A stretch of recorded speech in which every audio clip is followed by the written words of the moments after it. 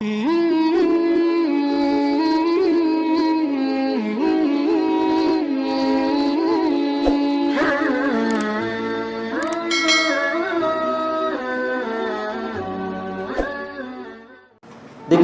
di dalam kitab Irsyadul Ibad ila Sabilir Rasyad yang dikarang oleh Syekh Zainuddin bin Abdul Aziz di bab tentang ziarah kubur. Ada seorang ulama suatu ketika bermimpi.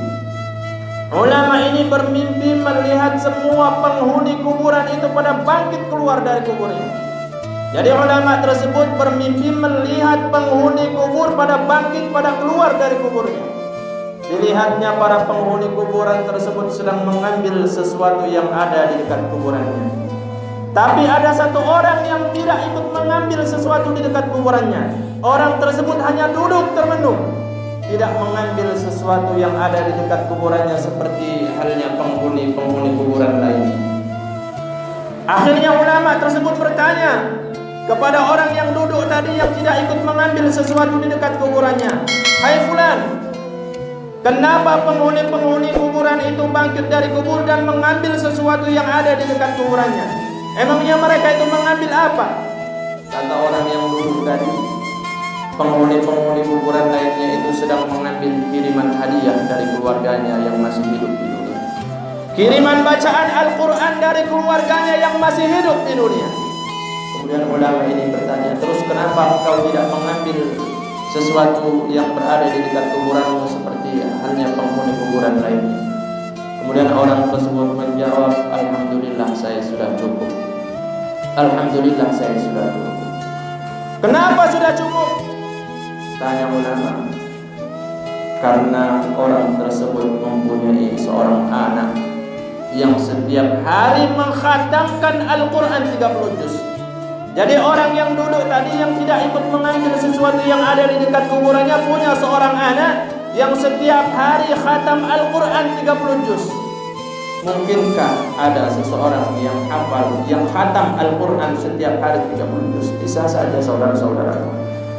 Di dalam kitab Al-Azkar yang dikarang oleh Imam An-Nawawi Ad-Dimashqi di bab tentang keutamaan membaca Al-Quran, banyak sekali ulama-ulama yang sehari semalamnya itu khatam Al-Quran 30 juz. Ada yang sekali, ada yang 2 kali khatam Al-Quran, ada yang 3 kali khatam Al-Quran. Bahkan ada seorang ulama yang bernama Ibnul Khatib, khatam Al-Quran sehari semalam 4 sampai 8 kali. Allah.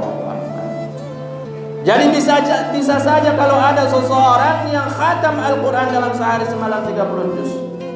Jadi orang yang duduk tadi, saya punya anak yang setiap hari khatam Al-Quran 30 juz.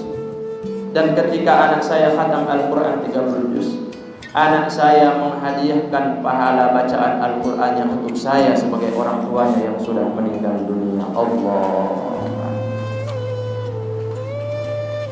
Dan anak saya setiap harinya berjualan di pasar, berjualan zulabiyah. Zulabiyah itu kue serabi. Singkat cerita, ulama tersebut keesokan harinya pergi ke pasar mencari seorang yang berjualan zulabiyah, mencari seseorang yang berjualan kue serabi. Dicari-cari akhirnya ketemu. Ada seorang pemuda yang berjualan kue serabi. Dilihatnya oleh ulama tersebut, pemuda tadi mulutnya sambil komat kami, membuat adonan kuenya mulutnya komat kami, menjual barang dagangannya mulutnya sambil komat kami. Akhirnya ulama tersebut bertanya kepada pemuda yang berjualan kue serabi tadi, "Hai mas, dari tadi aku perhatikan mulut sampean ini komat kami. Apa yang sampean baca? Apakah sampean membaca zikir? Apakah sampean membaca sholawat? Apakah sampean membaca Al-Quran atau membaca apa?" Kemudian pemuda tersebut menjawab, "Saya membaca Al-Quran Pak.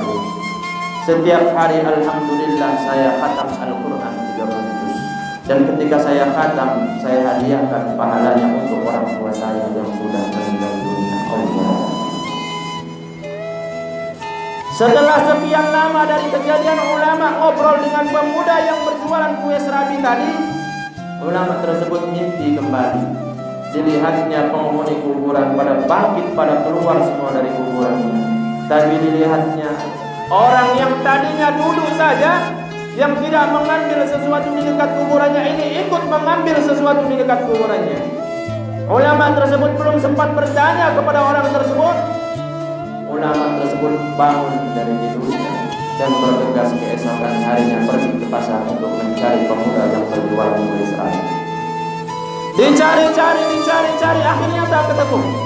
Singkat cerita, ulama bertanya kepada pedagang lainnya, di mana pemuda yang berjual kue serabi? Kemudian pedagang yang lainnya menjawab, belum lama ini pemuda yang berjual kue serabi tersebut meninggal dunia. Masya Allah. Ini artinya bacaan Al-Quran anak. Ketika kita meninggal dunia itu akan sampai kepada kita sebagai orang tua. Inilah salah satunya, wabana qabrahu qabla ayyadkhulahu, membangun kuburannya sebelum dia masuk ke dalamnya.